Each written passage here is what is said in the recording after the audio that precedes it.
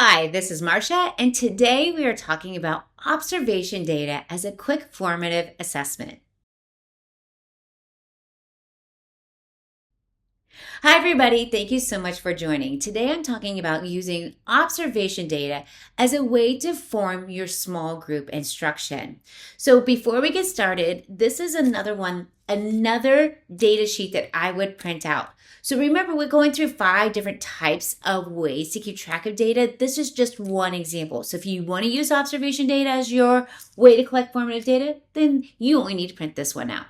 But let me dive in to talk about why I print it out. The reason why I print it out is when I'm doing whole group instruction, I could quickly have this clipboard here and I can mark off how the students are doing when I ask them questions. So I'm going to ask a question and then I'm going to get a response from them. And then how they answer is how I'm going to keep track of that observation data.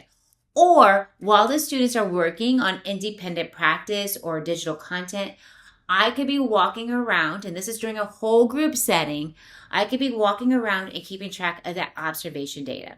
So let's talk about what it looks like. We know I printed out. Now let's talk about what's on my form. So what you see on the screen are a couple of key things. Number one, I have the date. When I am doing this observation data, I don't have to do it every day. In fact, I do it during whole group days. So maybe I might be doing a whole group instruction on a Monday, and I might be doing whole group instruction maybe on a Thursday, or maybe I do it just once a week. So whatever day I do it on, and then I write down what standards I am going to be covering. So sometimes I'm covering more than one standard. So I'm going to write down the standard number so I can remember what did I ask the students about. Then I have the students' names. Once you go ahead and put your students' names in for that class period or for that subject, you can just go and reprint this over and over again as many times as you need.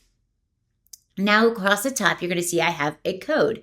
I have a check mark, a question, and then I have a no, and then a bubble. So the check mark means that they got it. Yes, right away, I asked them a question and they knew the answer. No doubt about it. They understood what's going on. The question mark means that they need some clarification. So when they answer the question, they're kind of hesitant, or maybe they said something that wasn't quite right. I might just go in and ask them. The did not get it means maybe they're off task or they were confused.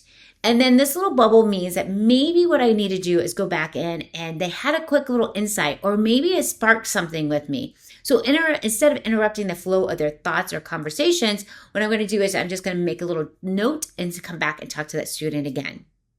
Now, this is great for when you're doing whole group instruction and you're doing just answer back and forth. Hopefully some differentiated questions, stems would be good. And or when you're doing whole group and all the students are working on independent practice, or all the students are digital content, or all the students might be working on a project, you can walk around with a clipboard and keep track of how the students are doing. This is just a great way to use this data to form your small group instruction. A quick little formative assessment that doesn't take any grading, and you can do it right there on the spot.